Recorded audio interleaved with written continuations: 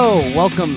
Thank you for downloading and listening to the Lean Into Artcast, a show where a couple of visual storytellers get together, talk about different things that go in, different topics surrounding visual storytelling, how to make stuff, lifestyle surrounding people who make stuff, managing one's schedule when making stuff. We think hard about this stuff, so you will too. My name is Jerzy Drozd. I'm a cartoonist and a teaching artist. The other host is...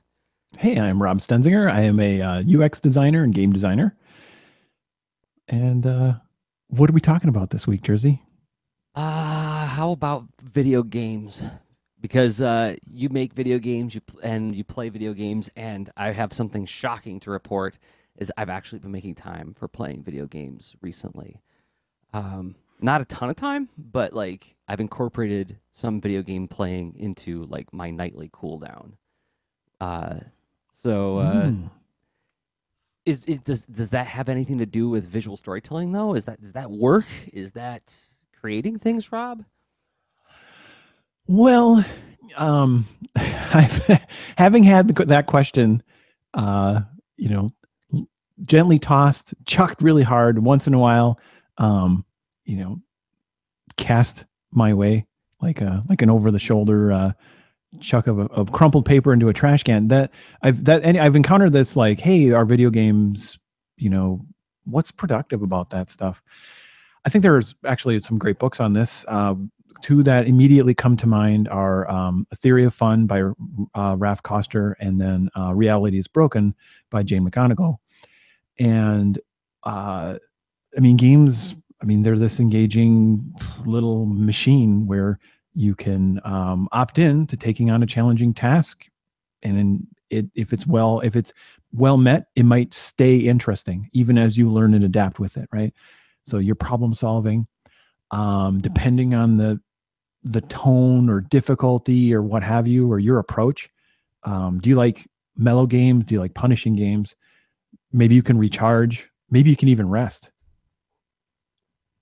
But how does that resonate with you, or does that sound like, I don't know, like I just like to chill sometimes, play games? No, at least the games that I tend to enjoy. I think we've talked years ago. One of my very favorite games of all time is a game called Blackout. Do you remember that? Is that the 3D Tetris game for the Yeah. Sega Genesis, or for what platform? It was Sega Genesis for the home systems, but it was Yeah. also like where I spent a lot of time on it was at an arcade. Like there was like a full cabinet. Oh, I did not recall that. I didn't know it was a cabinet. Yeah, at the game store in my hometown. And I just got such joy out of that game. And yes, 3D Tetris, right? So it's like, okay, there's puzzle solving that's going on there, but also like there's this extra problem of looking down a rectangle. Well, it's not rectangle, but what would that be? Like geometric shape that's like not a cube, but a long cube. Somebody's gonna correct me on this. I'm kind of on cold medicine right now, so it's hard for me to think. But you're looking down like this like elongated cube, and you have overlapping shapes, and there's like slightly different colors, but like there's like this whole like interpreting objects in 3 dimensions and knowing which way you need to turn it to fit it into the slot kind of thing, which I found even as a young person I had a real aptitude for. So there's something really rewarding about that and something very pleasant about that, but also there was something exceedingly intellectually challenging about that. Like I enjoyed that way more than like Street Fighter 2, which was the hot game at that year too, right? All my buddies were over there button mashing, but I was killing it on knockout or blackout. So, so my Street Fighter 2 prowess, because I did play that more than games like Blackout back in the day. Here's my hot tip that's like 20, 30 years too late, is I would honestly just enjoy that game so much and get to the point where, like, first I was so frustrated when I would get beaten. I would just be like, oh, this is terrible. I lost a quarter and I didn't learn anything or whatever. But then I realized I was learning a little bit, and then I would honestly, this is a hustle. This is like hustle in the sneaky way, right? Because I'd be like, oh wow, that was really good, thanks. Or I would comment and compliment and my opponent, right?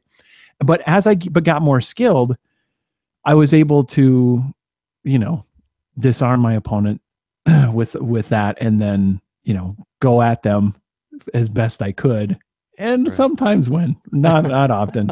Often that just led to like, you know, The stakes would just get raised a little bit yeah, exactly. It just without not that much. wonderful payoff of being like, oh, I'm not very good at this, and then like trouncing the guy. That was never my. I didn't want it to come off like that. I was like, I'm eager, I'm learning, which is true. That's pretty genuine. But like, anyway, uh, I guess there's a social aspect sometimes to gaming when you're, Yeah. when you're in that kind of mode. Yeah, absolutely. Yeah. So yes. So is it a creative endeavor? You bet. It can be, and uh, even if one were to make the argument that it's all just pure leisure, which I don't think either of us would argue that, but even if you were saying that, then I think that that's even then it's still a worthy topic as part of the lifestyle surrounding creative endeavors, right? It's like how do you break away? What do you look for when you break away? And what are you getting out of that experience when you're breaking away, right? Because playing Blackout isn't the same as meditating or going hiking or swimming or reading. Those are all very different activities that do different things. So Yeah, and so I suppose the what gaming may have a job, and obviously the progression of the industry and as a medium and its popularity, it's I think overall the society has shown that gaming is clearly has some jobs to do for a lot of people, and like um, all backgrounds, interests, and genders are being represented more and more and participating. So I'm really happy to be as a male in the minority of people who play games. I think that's only going to bring good stuff. Anyway, not to say gaming's. It was fun to wave a gaming flag for a little bit, right? Because it's yeah, it's not always our topic. So it's kind of a fun take on the whole thing of like maybe we're doing something to recharge, and we want to talk about it, but this time it's just a walk through the gaming side of that. well, let's go. Let's talk about the games that we're playing this time. How about that? Sounds good. All right. Oh, trying to hit my bridge music. Here we go. Oh boy. So I was talking about on the ground. What are we playing? What are we playing right now? And I'm sure we will explore some reasons why we're playing those things. What are you playing right now, Rob? Well, let's see. Very recently, I purchased. I don't know how to pronounce it, but it's Pokemon. It's Pokken Tournament DX, and this is a game. The non DX version was out on the Wii U, I think, a year and a half, 2 years ago, and I loved it. And I played it up until I forgot like the third or fourth league. It's totally escaping me, but like I hit a brick wall in difficulty, and it's because I was not a great student of the game. It's amazingly intricate as far as the different systems and then the phases of battle and like your posturing and positioning, between you and your opponent. And for me, it was all like I'm playing Street Fighter 2 again, basically, and like okay, I learned this button pattern, leads to this move and this one to that move, and my character has, and I played the female Pikachu, which is she's dressed as the lucha libre character, and it's just delightful, right? when Lucha Libre Pikachu wins, there's all these great sort of poses and victory expression things, and it's just you talk about cute characters doing action things and loving that. You'll get that in by the truckload in this game. So So I might have to get this when I get a Switch. it's so delightful. If you like fighting games at all, I feel like it's an approachable one, and it's one that clearly, through learning my lesson the hard way, I've gained an appreciation for the depth that it has. And so this time through, I'm skipping a few less of the dialogues and going into the actual practice mode and absorbing some of those lessons too, because it's rewarding. It's not like learn this because of extra lore, ideas, and feeling once you go into battle. No, it's empowering information. It's like more context. Here's what's going on. Here's what you can do. And so I'm more of a student of the game this time. I want to see the Pikachu with the Lucha Libre costume, and they're not having it in the preview images. Oh, well, because I think, she was more featured the first time around. There's more characters in the Okay. game this time. And, that's the new story. So makes sense that that's what they're publishing. But no, do a quick YouTube search and All you'll see right. good stuff there. So this is for And the Nintendo Switch, mhm, and it's that's $60. it's right. And it's one of those things where the Nintendo Switch is an interesting event this year in and of itself. Right, where to have there's never been like sort of a top tier game system you can easily plug and unplug from your television and play portably so easily. And no, I don't think that's not even like with that qualification. I don't think that's really ever happened. There was that special edition Neo Geo that was a couple of years back, but I mean that's a nostalgia system and a redo at the same time. So not really the same thing. Dreamcast kind of had a little thing like that, and so did what the Nintendo Wii U kind of had that a little bit, or no? Well, No, okay, not really because it was the Wii U had a tethered tablet, right? that's And so here right. you have a fully untethered experience that is like honestly sometimes I'm making time to play games on my bus commute, and it's odd because I'm not playing like a $5, $8, $15 portable game. I'm playing like kind of it's a mixed bag. I paid $60 for this game, but so far I haven't regretted it. As far as it's expensive, but then here's the weirdest thing. So like you think about the price of games over time, they have not increased that much compared to inflation, right? No, they really haven't, which I find surprising. I mean, that's pretty comparable to what a new game would have cost like 15 years ago. Yeah, and there was a jump to $60 somewhere around, I forget, was it the PS2 era or the Xbox, somewhere in there. And then the Wii U was like, haha, we're staying at 50, right? No, the Wii, the original Wii. And that but and then systems themselves. I looked up, for instance, the Atari 2600 the other day because I forgot what it retailed at, and I think when I looked it up, it retailed at $250, right? In In $1979. yeah, in 77, 78, whenever it came out, Holy cow. and in today's dollars, that's somewhere around like 750 plus bucks, Oh my God. right? Why did our parents get us these things? It's insane. I mean, honestly, and it's so, and they sold like 30 million of them, right? That's a very like it still ranks in the top 10 sold systems of all time, and that is it's kind of wild. I guess it's some context to rationalize buying Pokemon for $60. I don't know. Oh, really? I didn't think that didn't feel that expensive to me because I think I paid well, I got it right here. I've got Metroid Samus Returns, which is the game I've been playing. Mm-hmm. Is $40. That's for the 3DS. 3DS, pal. This is for a handheld system. Yeah, that's a good And point. I did not think twice. I mean, like this was the first game in 13 years, no, 15 years that I pre-ordered. Whoa. The last time I did this was Metroid Prime 1 in 2002. Like I pre-ordered and I went to the game store and I waited like rubbing my hands together. Couldn't wait to get my hands on it. Same deal with this. Um, and I've been under deadline on a book and it's been really hard. This is the first time where I'm like, as much as I love comics, it's like uh, that game is sitting right there staring me in the face. And like I was somebody texted me. I texted them a picture. I'm like, this keeps looking at me, and they said, put it in a box and put it inside another box and bury it in the backyard. I kind of feel like I have to. I've waited so long for this game, Rob, so long, and I'm so happy. I love it so much. That is Oh, fantastic news. So, like, I can play the video. Okay.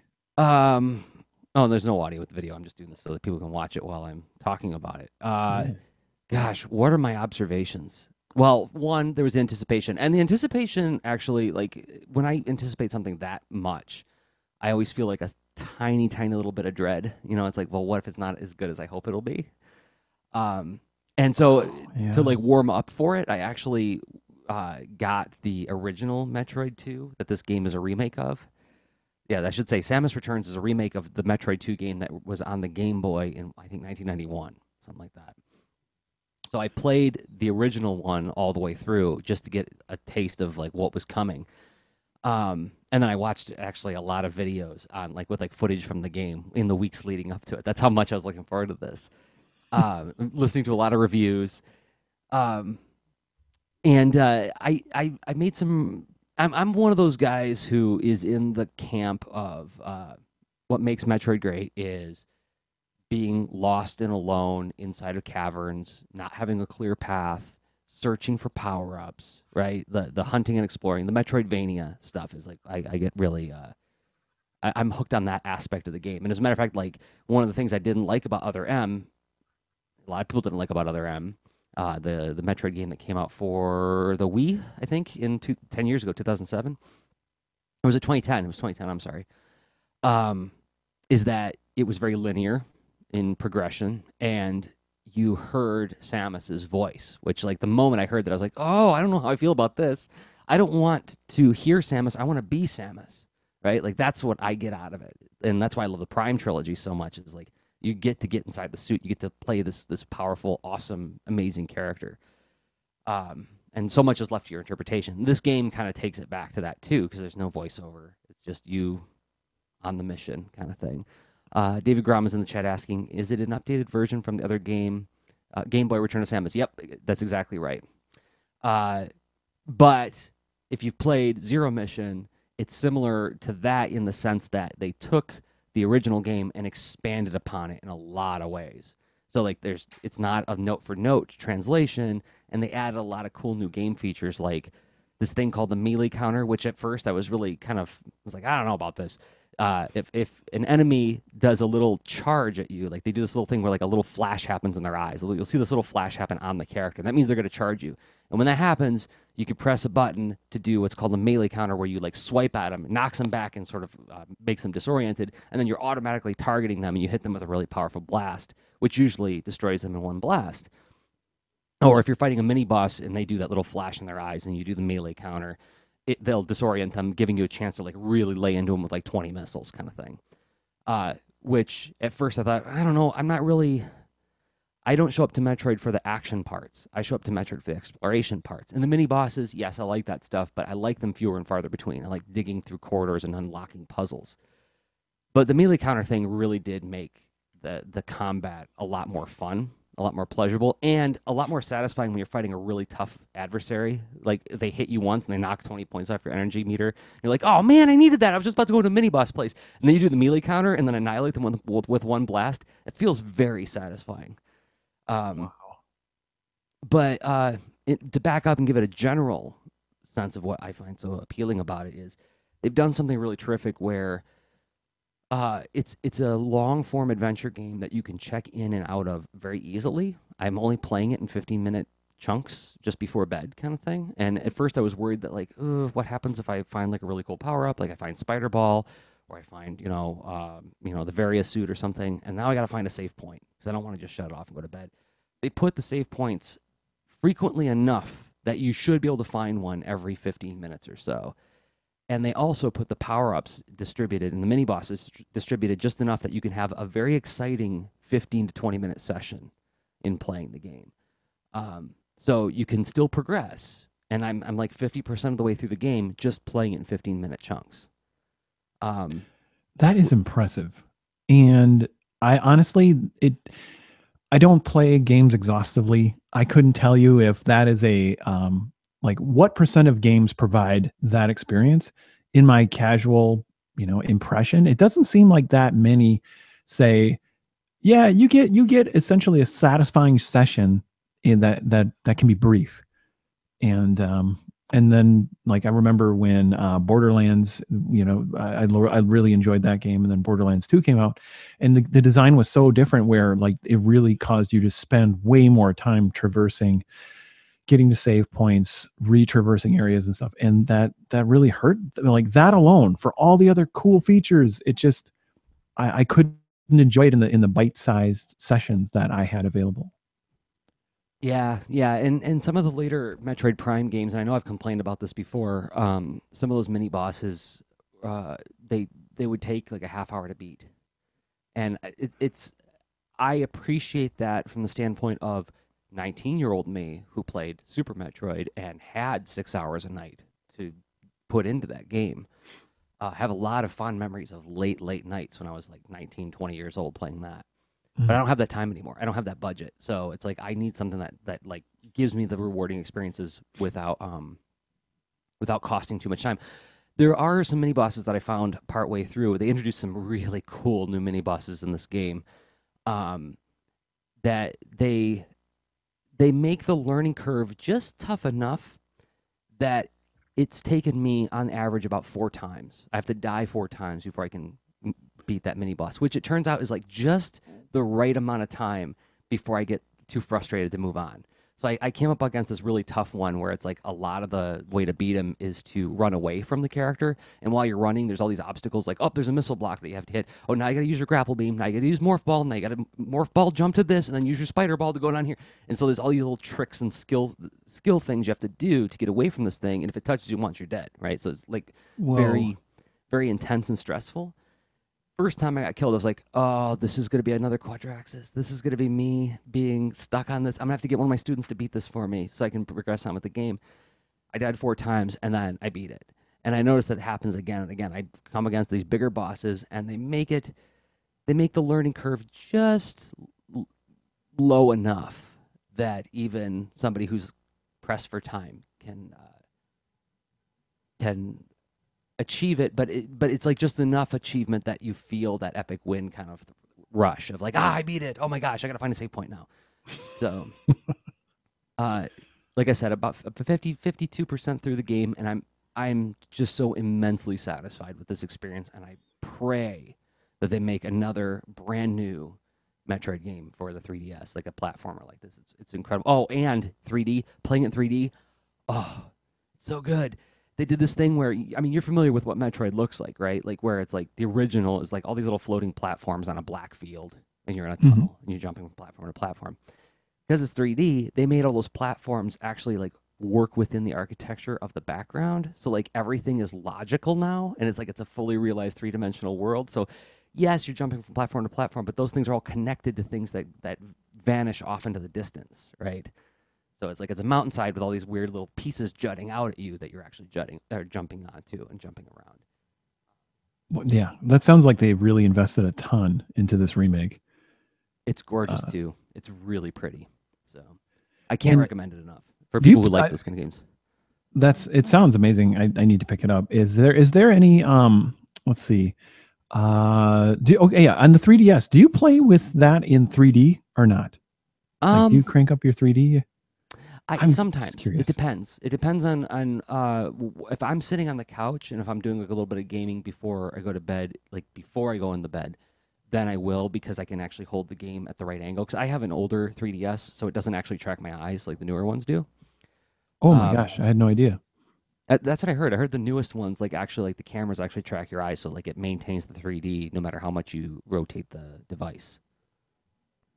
Oh, Wow. here I got on the screen. There's what the melee counter looks like when you like they charge at you and you swipe them. You get this really satisfying, amazing anime arc with an explosion. And then you blast them Shwing. into smithereens. But yeah, but when I play in bed, I don't use it as much because if the screen gets nudged even slightly, it's impossible to see what's on the screen, right? Yeah, it's an interesting feature. It's like this extra little flavor that it's like the for me like yeah, sometimes it's just that's a lot of that flavor and like how it makes me play a little bit differently than I might if I were just sort of playing relaxed. Yeah, And yeah, it's the posture effect, right? absolutely. It feels like it's a more active experience when I play in 3D because I have to hold the game in a certain position and not move too much. Whereas when I'm, like playing very casually, just laying back in the bed, then yeah, it doesn't work as good. So Well, wow. Let's what else see. Oh well, What's we that? got a few more minutes to cover another game you're playing. Okay.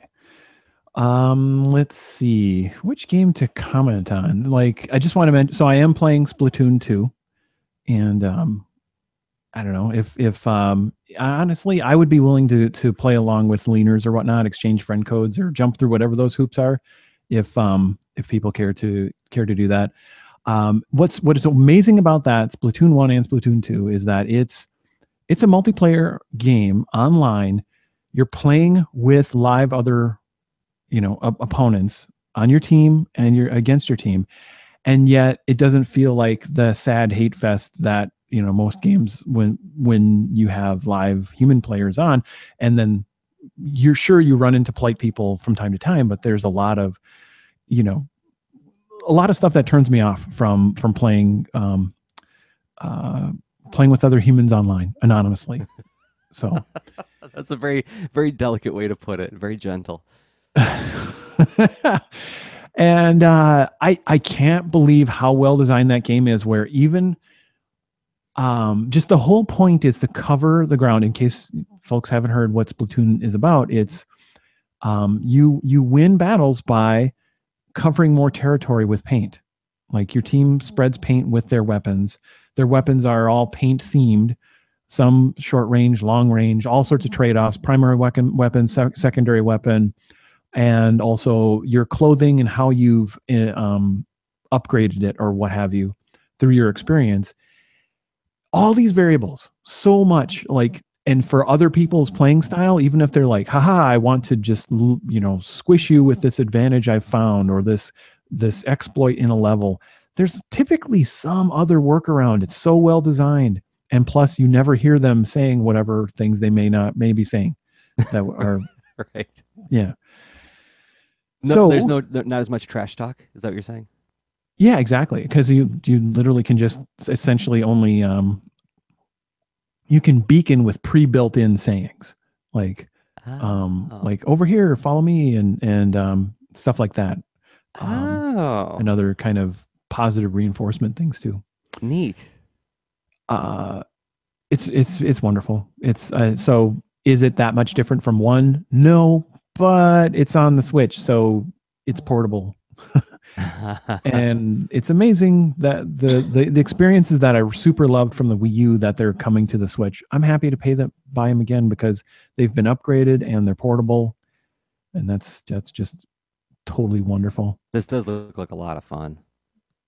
And it seems pretty approachable to folks who, like, you will find a way for you to contribute to your team's goal with one of those different loadouts, if you find it interesting enough to explore and get in and discover what clicks with you.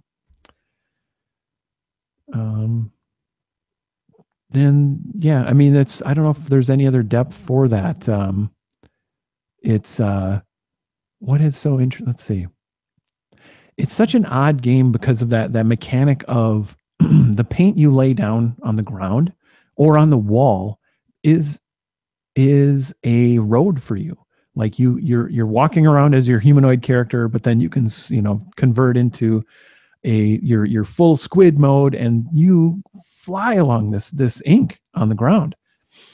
So part of it is like this almost swimming coming up for air, swimming coming up for air kind of thing, and it's so kinetic and fun and fast, and there's and a lot of nuance, right? So, like, your ink that you lay down is your defense as well, because if you're walking on ink that is your opposite color, it's it hurts, and so it makes your character more vulnerable. So, like, if you're in the middle of a like a conflict, there's other teams painting, and you're sitting there, you can maybe duck around a corner, throw some paint on the ground, or throw some paint up a wall, get in a different position, also heal yourself, also fill up your ink tank, right? So it's just it makes no sense compared to other sorts of like, oh, this is a sci-fi game, this is a classic war thing, this is all high-tech battle, and this is not. It's some wonderful cartoon world that Jesse Kaufman's in the chat asking, can you play Splatoon 2-player locally? Can you play against buddies? I don't know. I have not tried. Can you do split screen? I honestly, I don't know. So game modes, multiplayer, single player, co-op. Let's find out right here. Game modes. Okay, I've got it pulled up on the screen. Hey, Squiddo, you're Inkopolis Square, touring Inkopolis Square to see how stylish inking spend their time. Let's see. We might have to get back to you, Jesse. Yeah. It's at splatoon.nintendo.com. So it's telling me that I feel like at one point I chewed on all the features I could find and all the preview videos I could find, but it's escaping me. Splatoon 2. There. I think it's a different playing mode. No. Okay. I don't think there's split screen multiplayer, but the Switch is kind of like, hey, you and your friend have a Switch, so you can do local multiplayer co-op, but you each have your own screen. So where should people message you if they want to exchange codes to play Splatoon against you? What's a good way to do that? We could do that through Twitter DMs. Okay. All right. Sounds good. Well, are you ready to go 10,000 feet up and talk a little bit more about some abstract stuff about these games that we... Yeah, I would love it. This is perfect time. All right. So how about in about a minute and 30 seconds, we're going to talk a little bit about like some of the why questions around why we pick the games we pick. What do we try to get out of them? What more can we learn from what we choose to play? But before we go there, we have to thank some people who make this show possible, and those people happen to be the folks who support us on Patreon. Yes, patreon.com/leanintoart is the place where you'll find our Patreon page. And what is it? It's a way for you to, if you enjoy the show, if you get value out of the stuff that we create, if you believe in us and you believe in the stuff that we make, you can go to patreon.com/leanintoart and you can give us a monthly pledge. It's a way to vote for us. It's a way to say, I believe in this stuff and I want it to continue as little as $1 a month. And we want to thank 5 people who've been doing just that. First up, Ben Odgren. Ben Odgren you can find on Twitter at Ben Odgren. Ben, if you play Splatoon, you can trade codes with Rob and have some fun. Catherine Sugru, that goes for you, Catherine, at Cat Sugru on Twitter. If you want to play Splatoon, let Rob know. Also, Brandon Dayton, friend of the show, been on the show a bunch of times, at Brandon Dayton. And India Swift, cartoonist, amazing cartoonist, has a new book that just came out, looks absolutely gorgeous. You can find India's work on Twitter at Old Swifty. And finally, friend of the show, Kim Holm, an incredible cartoonist. Pikmin's Model, still one of the most haunting comics I've ever read. You can find him at Danungaher Home. We will link to that in the show notes. If you want to check it out at patreon.com/leanintoart, you will find all the shows that we produce, as well as the extra leans. We're posting a new one within the next 24 hours. It's a little extra show we record in between the shows. It's only available to patrons, and when we post it, it becomes a open mic thread where you can talk to us about whatever you want in a nice, safe place where nobody else can see it except other people who, really believe in what we do. And we want to thank everybody who has been supporting us at patreon.com/leanintoart. Yeah, it's amazing. Thank you very much for your support. All right. Do some transition music. I really should have loaded up some video game music on this, for crying out loud. How about instead we'll just do 3, 2, 1, congrats. I'm just pandering to you today, Rob.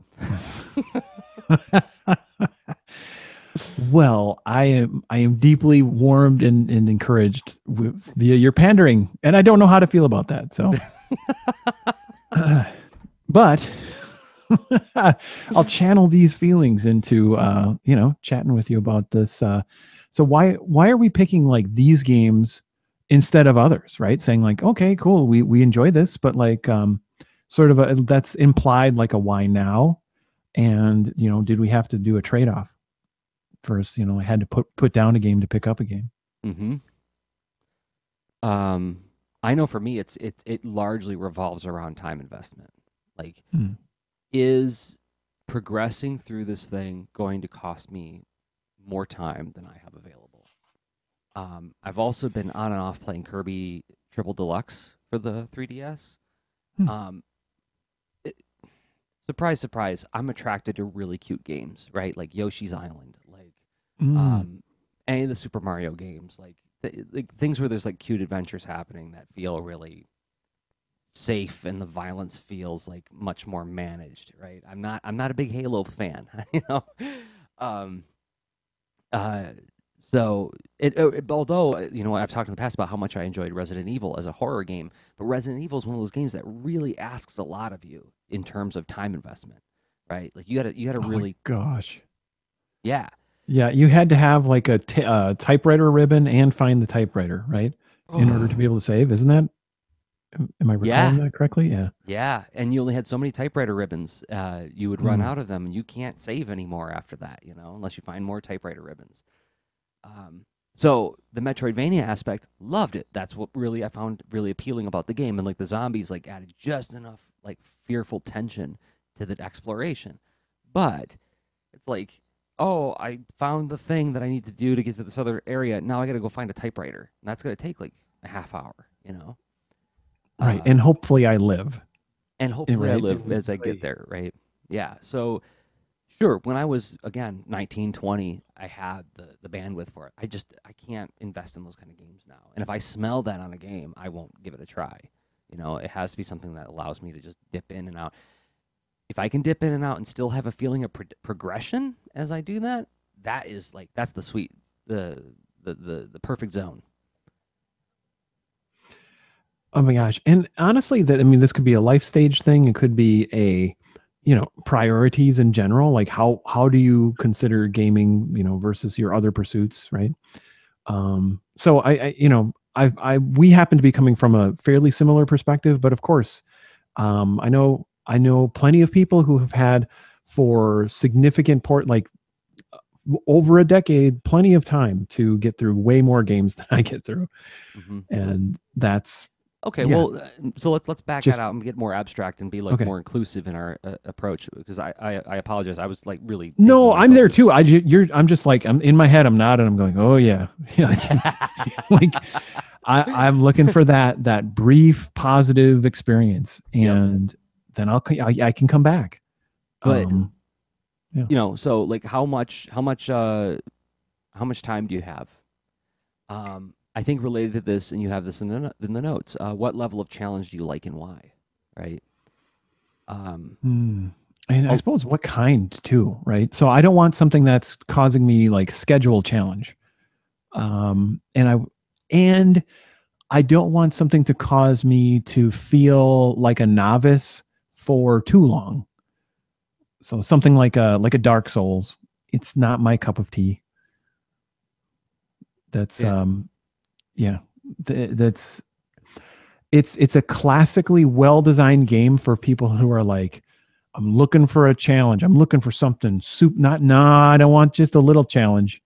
I want to question my life in like, you know, serious ways, every half hour to an hour and a half. And, that, and that game is so well designed for that kind of person. Right. And that's cool. But, and I love to chat with people who are into different kinds of games than me as well, because I learn. I mean, and I gain deep respect for people or who for like, because I love to design games. It's like, well, what motivates someone to get into that kind of game? That's one thing that I love to hear. And also like, what's happening over there? I don't really explore that land very much. It's neat to hear news from Crazy Hard Game Land. Yeah. But yeah, so it's tough to say what level of challenge, because I don't mind. So like a fighting game lets me fail a lot, but then try a lot efficiently. So I don't mind getting stuck on a boss too much, or like a character that's really hard, and I'm like, I don't know of the strengths of my chosen fighting character and what the challenges that I'm having to face. How do I find the best match? Like, how do I prioritize or deprioritize different approaches and modes and stances and stuff to like get through this? Because like I'm not seeing an obvious strategy, but then I can try so much where I can discover one. And so to me, that's difficult, but still somehow has this efficiency to it. Yeah. Yeah, likewise, there are challenges in the Metroid series. In Zero Mission, there are some, like, part of the fun of the game is after you get like a lot of power ups. Now you got fully powered suit, you got all the different beams, deep beam weapons, you got all the different kinds of missiles and bombs. Now it's time to go back through the map, go backtracking, and find all the hidden power ups that you couldn't get to before because you didn't have enough stuff to get there. Right? Oh, there was clearly something behind that wall, but you needed a power bomb to get there. Ah, I got power bombs now. Time to go backtracking, get all the different things that are hidden. There are some things that were only available that through using the speed boost. I don't know if you ever played Zero Mission, Rob, but No. if you run for a long enough time in the game, you start running at like hyper speed and you glow and you become like kind of indestructible. And if you like press down, Samus charges up. She gets like the super power charge, and if you jump in any direction, she'll be this indestructible meteorite just flying through anything, right? Until she hits a wall that can't be broken, kind of thing. Well, they hide towards the end of the game. They hide a lot of extra power ups behind all these speed boost blocks, and the only way to get them is to do a speed boost where you speed boost, stop, jump, speed boost, stop, jump, and you have to like time it exactly right. And it's like really, really, Oh. it's super skill based, and I don't have that kind of button skill to do it. But Metroid has another kind of puzzle where it's like, we put the little bauble here in the middle of this gigantic, like Pac-Man style puzzle, and there's all these different kinds of blocks, and you have to like blow up the blocks in just the right order to get to the thing and finally clear your path to get to it. That's a logic puzzle. I love those. Like I get a real kick out of trying to figure my way through that, but that's like an intellectual skill thing rather than like moving my thumbs fast enough skill, right? So that's something I watch for in games as well. Is like, is it something where, and this is where Other M kind of bummed me out, is that some of the villains were designed to be like a button skill kind of villain. Oh, you have to hit this exactly at the right time, and you have to do it exactly this kind of pattern in order to stop this monster. Versus deducing that, oh, when the character's over here, when they're glowing in this way, I have to use this weapon versus that weapon. Does that make sense? Yeah, I mean, one is sort of a planful thing, and one is this reflex execution thing. Yeah. And even then, it's like reflex execution. I mean, clearly has many levels of expertise. Yeah. And yeah, and at a certain point, I What have what not practiced enough. Like I don't think any game to be like at that peak, right? Where like when people are counting frames in a fighting game, I can kind of, I like, I sort of get it, but like not really, Yeah. not to like to how people are really like living that skill. There was the one boss in question I was talking about in that Metroid Other M. Uh, one of my former students, when she was 19, she was coming to watch my cats while I was on a trip, and I asked her, I'm like, while you're here, I plugged in the game. I was like, you should show me how to do this. And she's like, yeah. And she goes, bam, bam, bam, bam, bam, done. Hands me the controller. I was like, what just happened? Wait. Yeah, I don't know do it what I again. saw. Yeah, do it again. I don't know what just happened there. So yeah, it's like that's the difference in like, I don't know. I mean, different kinds of reflexes, but also I suspect to do with the fact that she had at that time the bandwidth to invest into leveling up those kinds of things. Um, Well, I'm okay. I'm super curious about this one. So, like, yeah, choosing games one over the other. I wonder about like theme and maybe even in story. yeah. So Metroid's been a big one that you've talked about. Like, what if this was a game that somehow was licensed and it was Boba Fett? Not as interested.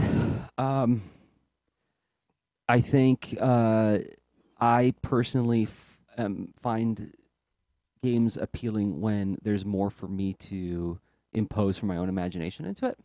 And that's not a value judgment. It's just something I'm attracted to, right? Boba Fett has a lot of baggage, a lot of stories around Boba Fett, a lot of Mm. history. Um, Even if it was the same kind of exploration game, not as interested. Now, if you told me there was another game that was in the style of Metroid with a character I never heard of, I'm interested, right? Um, Mm. I'm hooked on that kind of gameplay. Not as interested in licensed characters as much. Um, Okay. So that could be a signal that this is less strong of a hook for your imagination. But then, okay. Um, well, what about, I guess, what are some of the other things that you look for in a theme of a game? Then is it, um, Yeah, so I'm less so I was watching actually this was months ago. I was watching Ashley Knapp do some live game streaming and she was playing a horror game and talked about Resident Evil and I really enjoyed it at the time when I played it. And I'm watching her play this newer one. I'm like, and first of all, I'm just blown away at like how far these games have come where it's like, oh my gosh, this almost looks like a CGI movie now. And this is not a cutscene. This is play. They're playing the game and it looks that good. And I was like, geez. Uh, and you were there. We can go back to the Dave and Buster's story where all of a sudden, oh, I had such impish joy and then guilt where for there's a those, game. yeah, for Yeah. those who have not watched this show before, what am I referring to? I don't like making private jokes, for No. Oh, it's killing me. It's not House of the Dead. It's let's see, Dave Buster's horror game. something in 4D. It's called The Dark Escape. Dark Escape 4D. And so this is a game that it has the 4D hook is all about like, well, it has like a rumble seat to it. It has the sound, it has the visual, and it has well, it doesn't it has a like a pulse monitor, right? Had a pulse On the monitor on the gun, gun, and it has a air puff that it air can do puff. on you. And it's one of those games where you are holding an electronic gun on a screen like Duck Hunt, and your enemies come at you on the screen, and you have to shoot them with the electronic gun. Hmm. Um, and the pulse meter detects how fast your heart rate is going, and it makes the gun not work if you get too frightened. And there's all these Oh monsters my. like jumping out of the ground, and then when they jump at you, the air puffs go off and the seat rumbles. And so Rob was standing outside of the cabinet while I was in it. It was one of those things you sit down and close curtains around you, and the noises coming out of that thing from me were scaring Oh. children around the David Buster's. Um, Uh, but it sounded like you were. It sounded like you were trapped. Like, ah, it oh really was. no! I was like, and then I was like, ha ha, and then I'm like, oh wait. Like the first like 30 seconds, it was probably like really funny, and then like after like that 31st seconds, like, oh, have I done something bad? What have yeah? But you stayed in there, and it's yeah. So what your impression of Ashley's game was like? It's kind of in that realm of It was in that realm of fanciness. like it was very. It started to get a little bit upsetting, and it wasn't like Mm. jump scare stuff, but it started to get like a little I was uneasy, and I was like, oh, Mm. this is neat. This looks really beautiful. I mean, beautiful, well crafted and everything. But then all of a sudden, I was like, "Oh, I don't know if I want to watch this anymore. This feels like there's like serial killer stuff going on in this, and this is making me uneasy. Not judging anybody playing that stuff. I'm just saying that I personally am I've developed a sensitivity to it, and I can't go to that for release anymore. Mm. Um, so That's a great way to put it, right? It's like having that kind of being tuned into your taste, right? To know like, no, this has to be more extreme, or no, this is there's somehow this middle flavor that yeah, I yeah, mean, so and that does. I mean, so theme and how the topic is presented, it I mean, sounds like it has a pretty big effect. Like, yeah. I is mean, there like a I horror themed? If there were a horror themed Metroid game, Metroid style game, is there a way to navigate that? well, I would say actually Metroid Fusion is, and I'm guessing you never played that one. That one is such an excellent game because it navigates that perfectly. It's a trapped in a haunted house game. But you're on a space station, and there's these parasite creatures that get into your suit and create an evil version of you, like a Dark Samus. But you have lost like half of your power ups through this parasite taking whatever it took from you. So you have to go around this space station finding all your power ups again. Meanwhile, there's a fully powered Samus after you.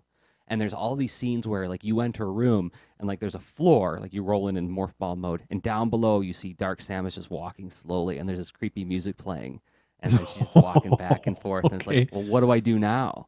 You know, and there are parts of it that are truly frightening, but like just the right level of frightening for me, right? So, and like yeah, like you have to like try to get past her, and if she sees you, pff, it's over. It's Jason Voorhees. Here comes the machete. You're down.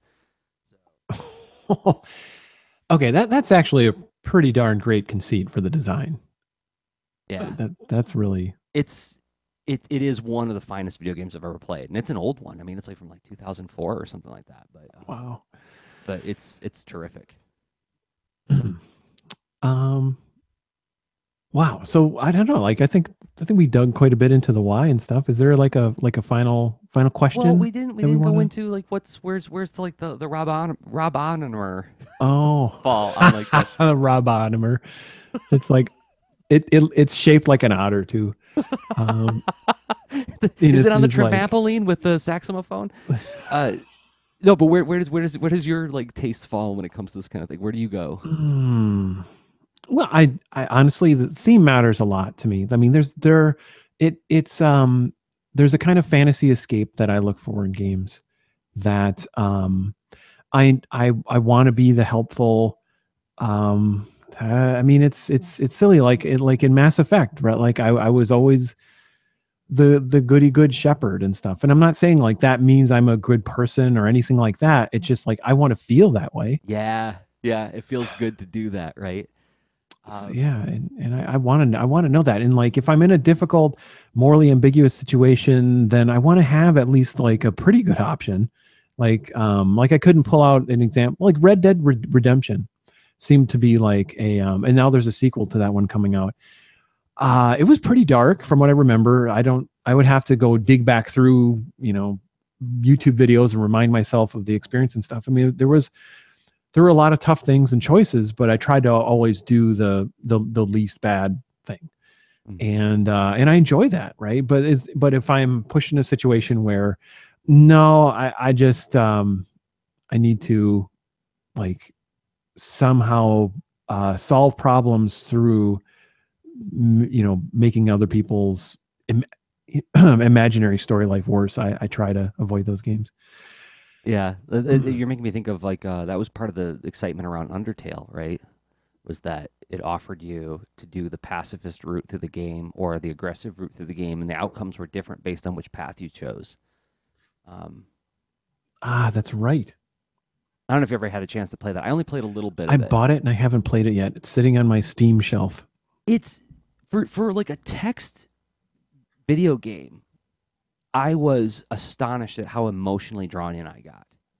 Um, Hmm. and it was a 14-year-old student who introduced me to it. She's like, "Oh, you got to play it," and we're playing it together. And I'm like, I don't want to do this anymore. I'm getting really upset. Um, it does a really good job of like making you aware that what you're doing right now has consequences to me. I know I'm an imaginary character, but watch me. I'm getting sad.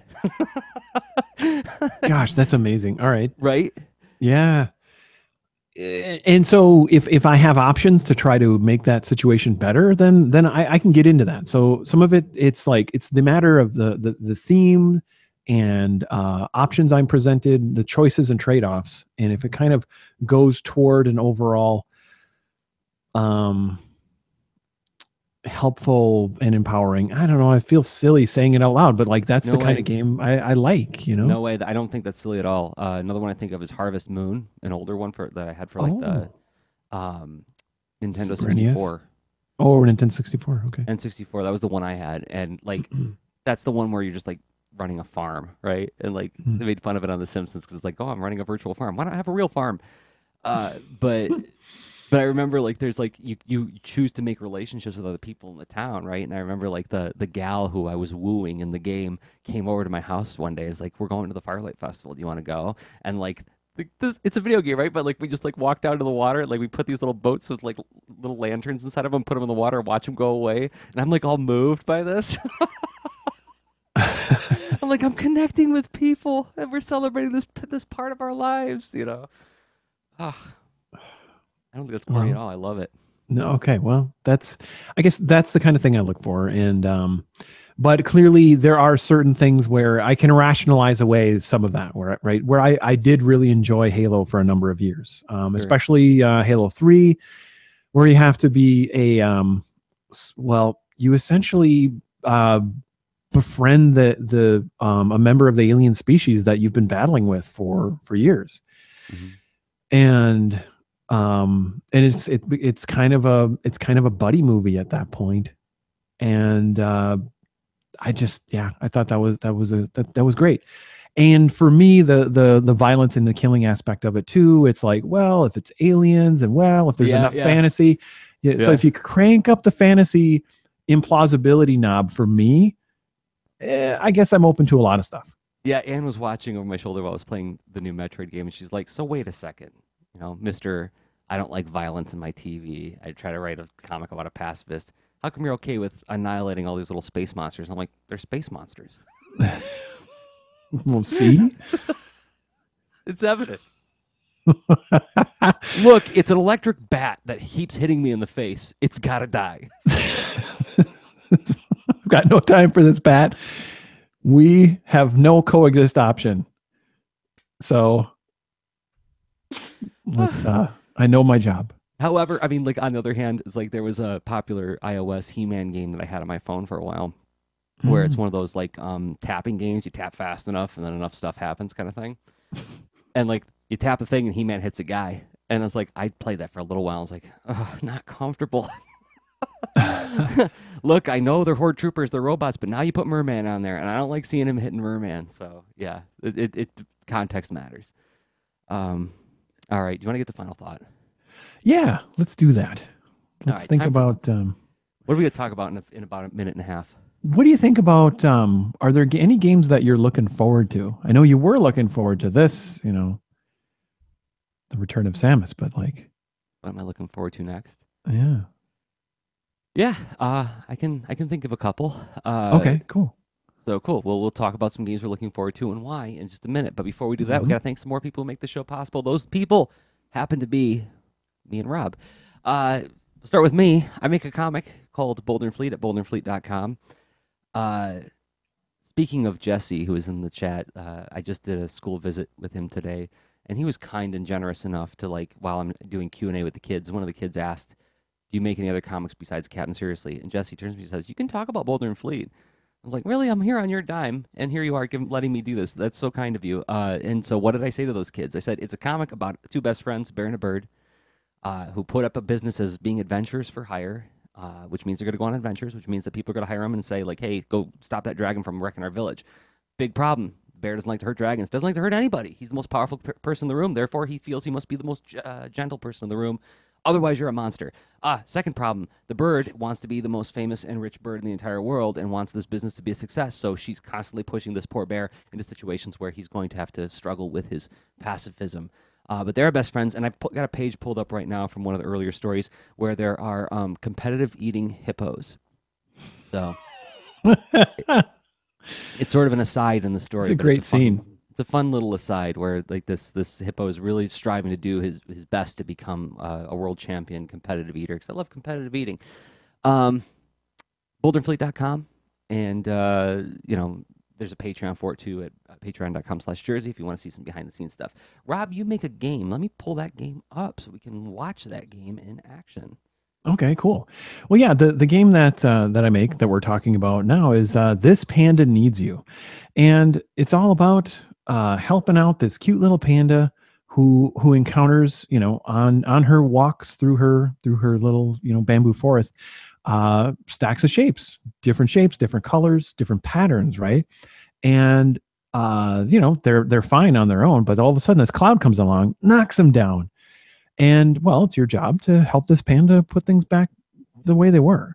And it starts out very easy. You get to learn the, how this works, and it's crafted in a way where you can get things close. It doesn't have to be perfect. I mean, it's you're dealing with pattern matching and stacking and physics and whatnot. So the game knows, like, oh, this is you did get the pattern about right. So the panda celebrates your hard work and moves on. And it's time to solve it again. And there's like over 50 levels, and you can learn more about it at this-panda.com. It's available for lots of platforms now. It's available for iPhone, iPad, Android phones and tablets, and also Windows and Mac desktop. Windows and Mac desktop, you can go to itch.io and do a search for This Panda Needs You. And or of course, you can go to the Google Play Store and do the same, or the iTunes App Store. And This Panda is there for you on lots of platforms. And who wouldn't want to make a happy little panda dance? I mean, we talk about like like rewarding experiences and satisfying experiences with games. There's this-panda.com. And if you do purchase it, a great thing you could do is give it a review in whatever store you purchase it from. That helps more people find it.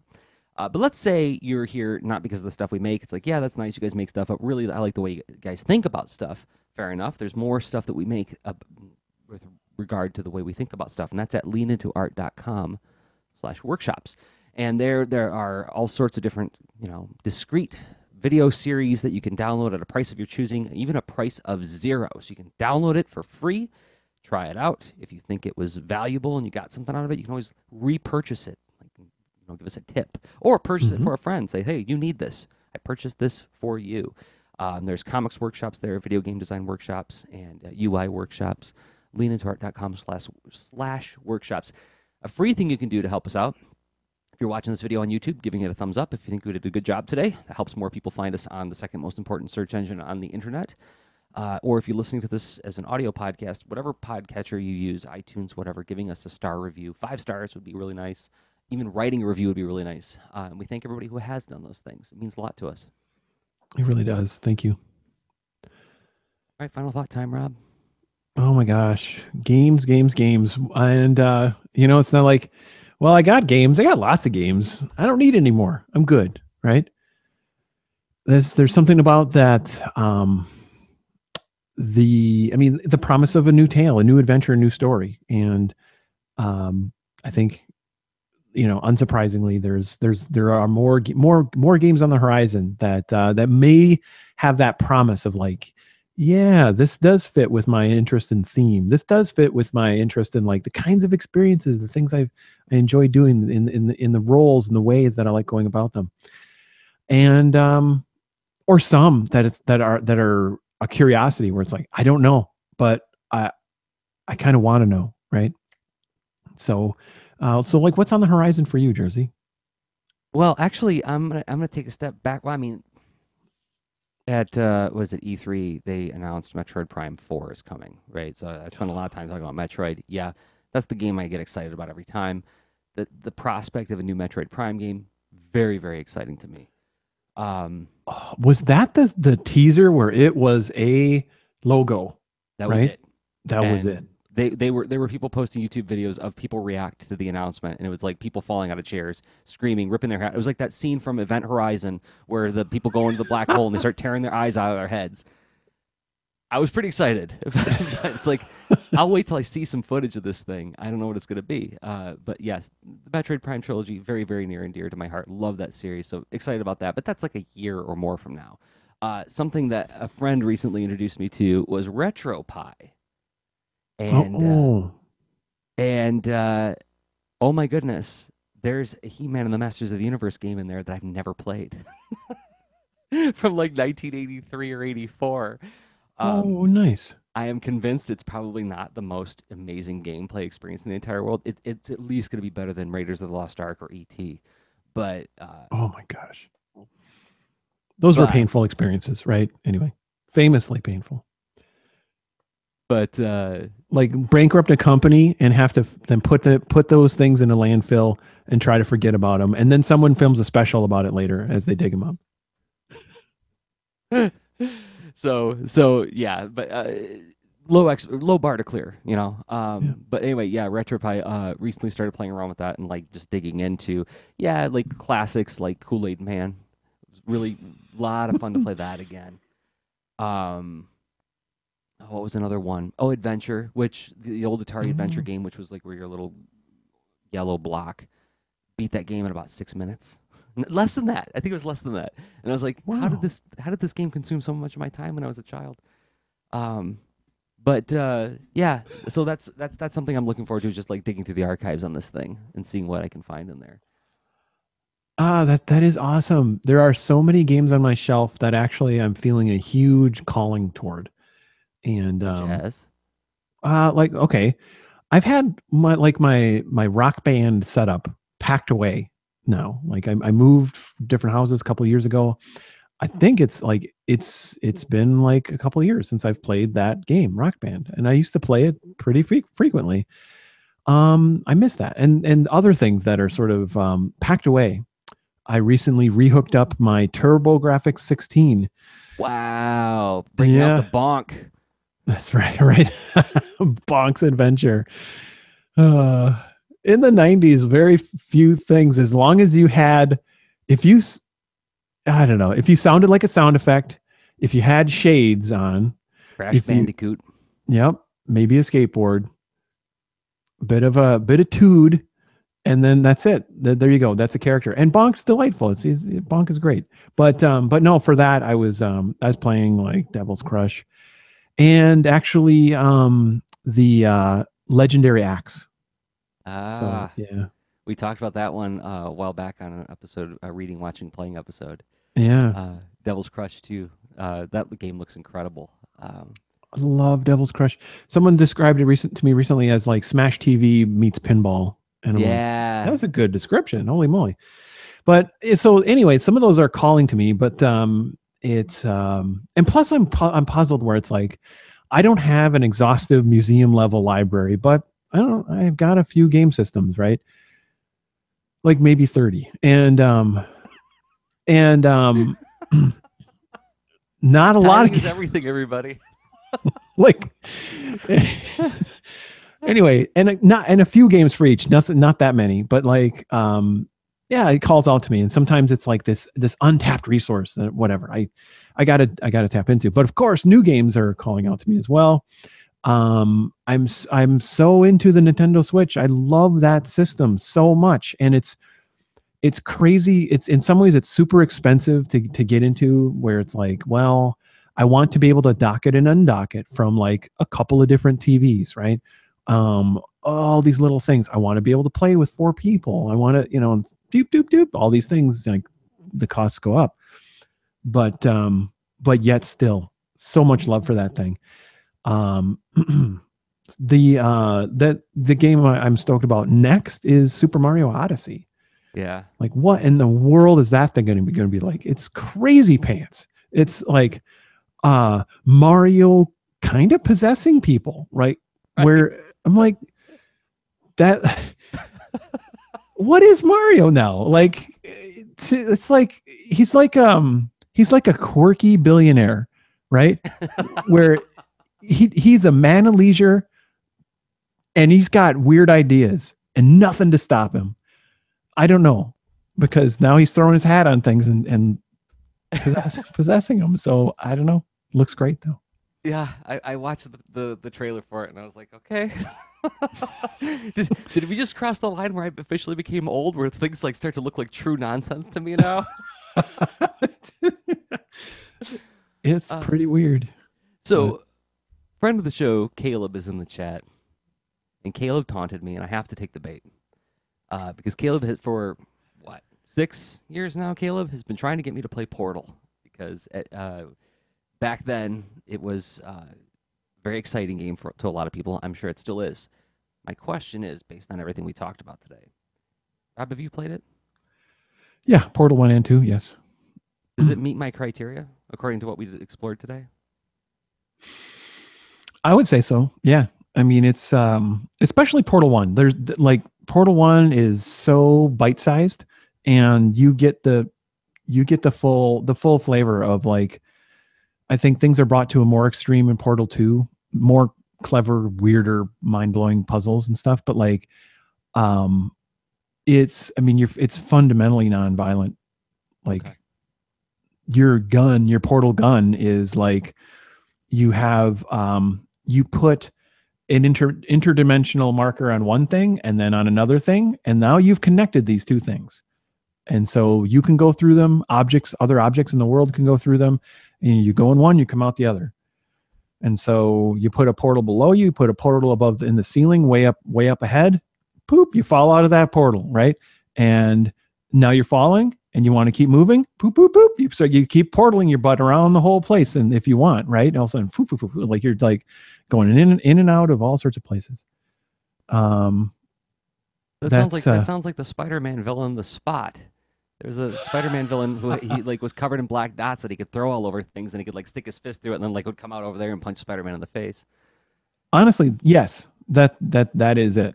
Okay. Uh, and to learn what that means, like, it's really wild. Like, you kind of get it at first, but then the game shows you, like, no, really, it gets crazier, right? And the kind of puzzle, because you're like, I have no idea how to get over there, but then you start thinking through. I mean, it's very, very thoughtful and nonviolent. Caleb's adding in the chat, the most violent you get in Portal is the robots that try to shoot you and you knock them over. And and they complain. That's exactly my taste. Like, don't do that. Please. Jesse's in the chat, and he brought up a game that was on our list that we didn't get to talk about. He said, Rob, I've lost so much sleep to Breath of the Wild on Switch, and I don't resent you at all. It's a great system. Oh, I'm still playing Breath of the Wild. I am like the slacker of the universe in that game. I just I know that the world is at stake, but I got more trees to climb, more gliding to do, and other weird side missions. It's like some kid wants me to fetch a sword. I don't know. Fine, here, I'll go do that. And anyway, so I love it. That's really cool. I'm glad to hear that, Jesse. It's so funny. It's such an interesting game, and like, there's some of the mechanics of that and how clever it's about combining things to get surprising results, where you're like, well, I know I can light some things on fire, or I know, like, I'm carrying weapons and it's raining out, and now it's starting to lightning out, and my sword's going kind of weird, like, I'm like, I better put that away. And so, like, weird stuff that it's constantly, testing you with, what are you combining, what are you doing? And yeah, it's wonderful. That's my go-to relaxing game. One more comment, and then we got to wrap this one up. Right.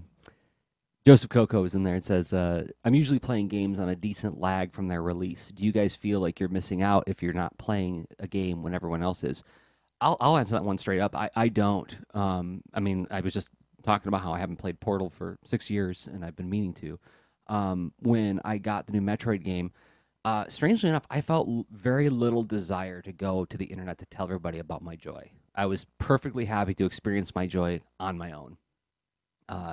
And I knew we were going to bring it to the show eventually. I knew it was going to make it into like a Lean Into Art episode, but I didn't feel any particular rush to be alongside of anybody experiencing this thing. I didn't feel like there was anything communal about it. However, I imagine with certain games, like for instance, if I decided to get Metroid Prime Hunters for the DS, which has a multiplayer mode, finding people to play with for a game that's like 12 years old is going to be a little tricky. So in that case, it would be a loss. But for the most part, I don't feel any particular asynchronicity. Do you, Rob? I may have at some point, because at an earlier life stage, I would go to the midnight releases of games, like, pretty frequently, multiple times a year, and buy systems day one. Once in a while that still happens. I did get the Switch day one, but that's not the common thing for me anymore. So there is a big event. There's a media push to drive your hunger and awareness of a game and whatnot. And And, you can look at that as like, oh, that's crass business and they're just whatever, consumerist, but then again, to people who want to hear that message, it's a thing they love and they're super stoked. So anyway, and I count myself among those people, yet I'm like more of a DVR time shifted stoked nowadays, Yeah. where I'm like, yeah, I'm going to make time for that. I'm sold.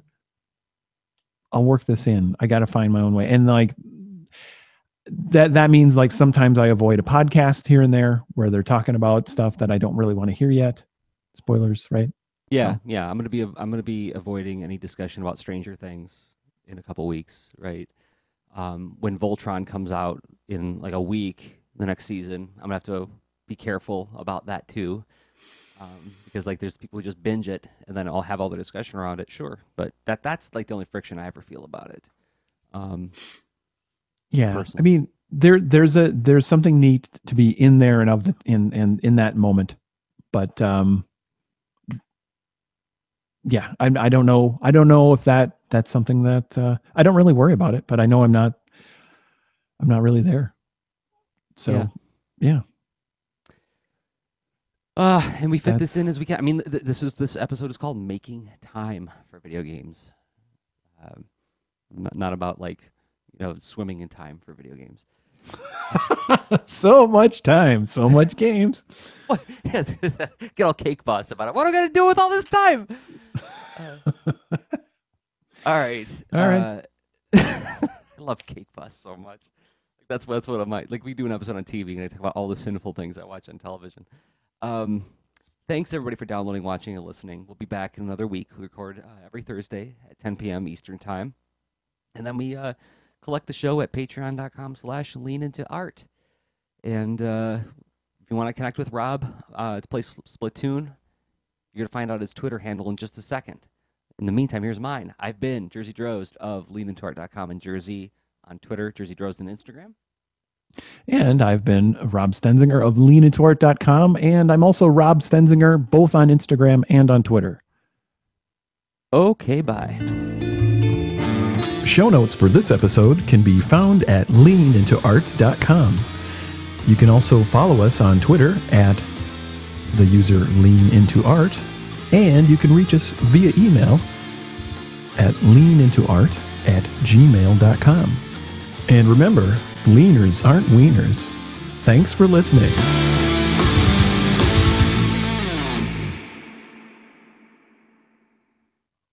Okay, I'm going to kill the chat or the stream. I'm going to kill the chat? No, I'm not going to kill the chat. I'm going to shut off the stream. Sorry, cold medicine. I'll see you guys next week. See ya. Thanks.